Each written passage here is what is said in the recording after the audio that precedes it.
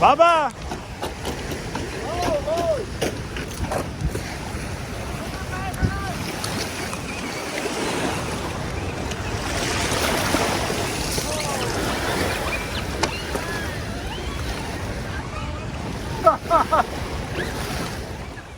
What's up, guys? Matt here, coming at you with another quick video. Today we're back with the Marksman. Wanted to talk about a few of the little mods I made, a couple things that are totally necessary out of the box to make this thing really steer at all. So the steering on this is horrible out of the box. You know, you're doing like 8-point turnarounds instead of 3, but with one little mod, helped that quite a bit. Steering's still not great, but it is what it is. This is a big vehicle, so I didn't expect it to turn on a dime. But you guys know I was a little hard on this thing in the first video just because I was a little let down on the looks. But after running it, I gotta say I really enjoyed it. It's a lot of fun. It's something totally different. I was able to take a lot of lines that I never really did before because it was maybe a little too easy for my other rigs, but they were a blast with this. And I gotta say, it performed really well. You know, it looks like it would be super top heavy, but this body being the thin plastic that it is, it's really not that top heavy, so it performs really well. And I did have a lot of fun with this thing. So I wanted to talk about a few little mods I did. You can see, obviously, changed the wheels and tires. Mostly did that because I was having an issue with a couple of the hexes wanting to strip already. So there was another marksman in our group. He had already had 2 wheels strip out hexes as well. And then when I got home, I wanted to run it with these stock setup just to see how it did. And I can't complain about these tires. They did awesome on the high bite surface we were on at the dam. But I've heard they don't do well on like slick type rock and stuff. But they did really, really well where we were running. And I'll put some clips in here and you'll see. But my issue was I was stripping the hex. So the cool thing about these wheels is you can change just the hex. So you got the 6 screws here. So I tested a couple different hex. These are some SSD. And I don't know where the package went. Anyways, these SSD ones lined up. But I wasn't able to run any weights with them. So honestly, I would just suggest these off of Amazon. And I'll link these in the description. These are some RC lines. These are like a plus, maybe plus 12 or something. They give you a wider offset, but they're great for running wheel weights. As you'll see here, I have wheel weights in here now. Without them, those wheel weights won't fit. You're hitting the knuckles and just nothing you can do about it. But you can see here, any of these standard 6 bolt hex will bolt right up. So that's why I changed the wheels, really. I like these tires enough that I'm probably just going to go ahead and change out these hex and keep this setup for, certain areas. You can see on this side here. So on this side here, you can see I swapped out the hex and I have the brass weight on this wheel. So that setup will work with the extended hex that I'm talking about here. So you can run the little inner wheel weights. So I will link all of that in the description. And I actually like how this looks with the stock wheel. You know, these stock wheels are a true bead lock. So if you wanted a cheap swap, you could easily, if you want to change your tires, you could reuse these wheels. So that's a really good touch that they made these interchangeable. So you can change the hex. You're probably going to have to. These hex seem really soft. I've seen 4 of them wanting to slip. So swap that out. I like the bolts in there. I like the look of that. And then you can run these weights. You can run the brass, or you can run like I have in this setup here. Let me just grab the other one. Or you can run these here. So you can see it's quite a bit of weight added. This thing just needed a touch more weight in the front, and I think it's really going to perform. So that's one mod I made. And then, like I said, out of the box, the steering is really bad. Mine wouldn't turn to the left like hardly at all. So I'll back this camera up just a little bit. This thing is massive. So what I did is, when you get this thing, at least mine was, this bolt on this arm was on the inner hole of the servo arm. So I moved it to the outer, gives it a little bit more throw. So it increased my turn to the left so much.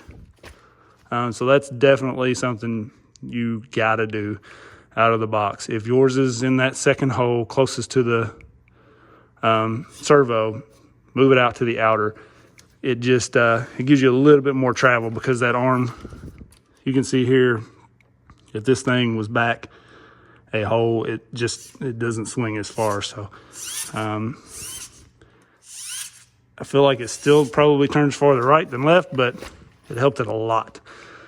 Got to say, I'm glad this thing, the 1080, is waterproof, because I fully tested it. All right, you seen the clip at the beginning. This thing, it's so funny. All right, so I didn't think I was recording when that happened, and so I started to just like let it roll down the dang river, like, or just let it roll with the water, you know. But then I was like, no, I got to get that. You know, that's $400. I got to go get it. So I didn't get a real good shot of it, but trust me, it was fully submerged. And luckily, when it hit, like, it was facing the wrong way, and the current like kind of turned it, and I seen it was like, it was bobbing under the water completely, but I seen it was facing the bank. So I just like hammered the throttle, and it kept running and kind of pulled itself closer to the bank there and held its own in the little current that was going through.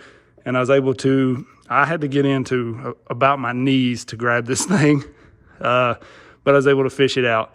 And then I ran the rest of the day, no issues. So she's definitely waterproof. Don't be scared of the water. I didn't really want to test it out like that, but that's how it works. I haven't cracked the receiver box to see if there was water in there or anything, but you know, it kept on working, so I didn't care. So I got to give it that. And then overall, this thing pulled some awesome lines, like some stuff that I couldn't believe it was doing for its size and weight. This thing is hefty, like super heavy, and I just didn't think it would do what it was doing. So a lot of the tougher lines at this place are on a pretty good slope. You can see here this pretty good little angle. You know, it's always hard to see hills on a video, but I tried to get a little bit to the side here in a bit so you can kind of see the angle this thing is at, and coming downhill and then making this turn right here, you can see the turning radius on it is not great. But you know, it's a big truck, and I was able to make this turn and not roll down the hill, so that's pretty dang good. You know, that's a tough spot, and not something we really do often. You know, for our heavily modified rigs, that's not too bad. But for anything that's scale-ish looking, usually that's a tough turn. And then this spot here, coming up this next little rock, I've seen a lot of pretty well modified trucks not even make this. You know, the Capras don't have any problem with it. My rail truck that I built out of a Capra, no problem. But anything else, the 10.3 I mentioned earlier, no way it was going up this. Lots of other, even if a Capra is not set up right, it won't make this. I've watched a lot of people struggle with this spot right here. And this thing really just walked up it first try. You'll see there it took me just a second to find the sweet spot, and then it was gone. I really just couldn't believe some of the stuff this thing did. I had a blast with it. You're able to kind of hit some different lines that maybe you normally don't do. Just with the size of it, it's really interesting is all I can say. It's something new, and so, you know, I'm glad I held on to this one. And, you know, I don't mind admitting that I was wrong, which, you know, I wasn't really bashing the truck itself in the initial video. I was bashing the looks a little bit and just some of the things I felt like they could have did better. You know, I wasn't saying it wouldn't run good because I hadn't ran it, so I couldn't say that. So after running it, I mean, I got to admit, I'm loving this thing. You know, I've already put the wheels and tires on it just because I had a set sitting around. Looking at maybe putting a winch on the front, I think that would be cool, you know, since it has the spot ready for it. Bolt up a winch and just take this thing, some of our, you know, local spots and hit some different lines that maybe I normally don't mess with. And it's just really a blast.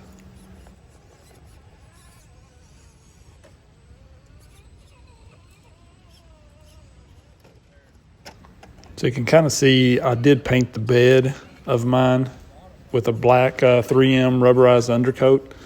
I felt like it just kind of gave a little different color to the body, made the bed pop a little bit more. And then I'm thinking about maybe doing the fenders as well. And hopefully eventually I can get the interior painted up. I painted the steering wheel black just because it was the green also or whatever. And then I really got to get somebody who has some talent to paint the head on this guy. I just don't really have the skill to paint him up like I would like. So hopefully I can find somebody who can do that for me. And I think this thing will start looking a little better with each little mod. So maybe some lights and that sort of thing will really help its appearance, and maybe I'll be a little more satisfied with the looks of it.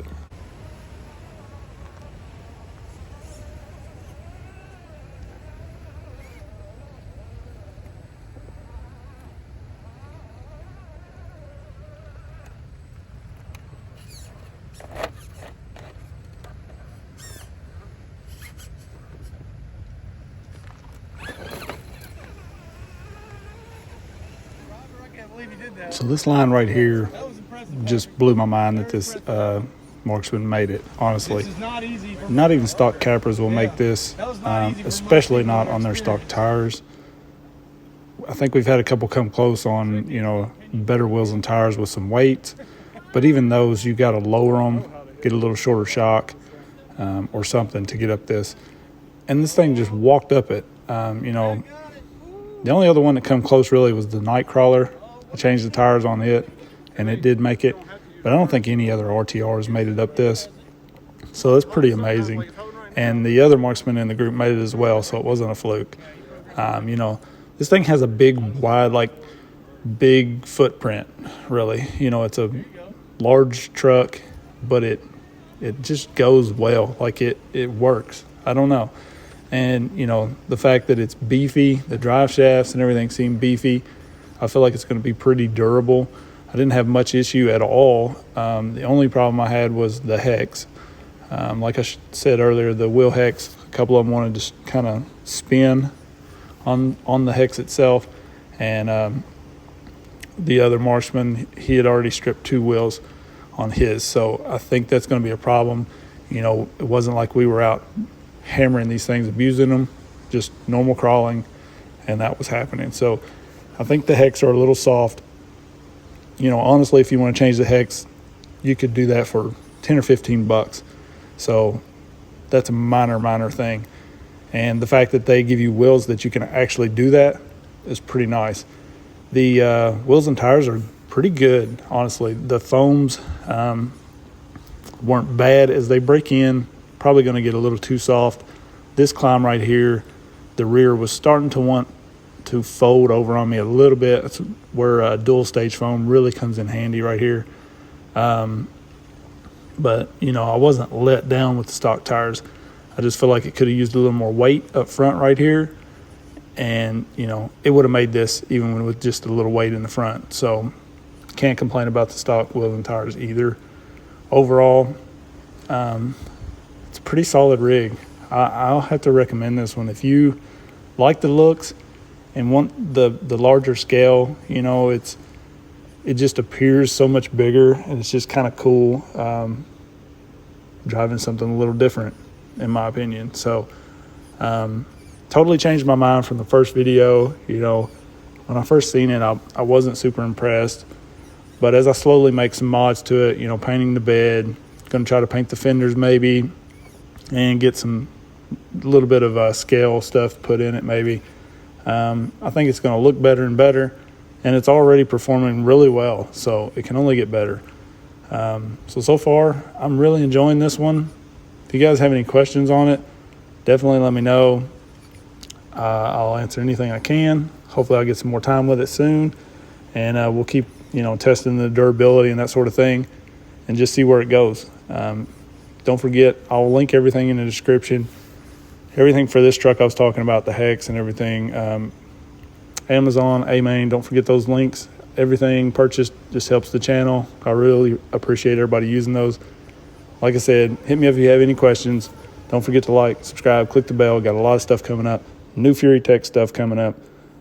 Lots of stuff coming. So I appreciate everybody. Peace.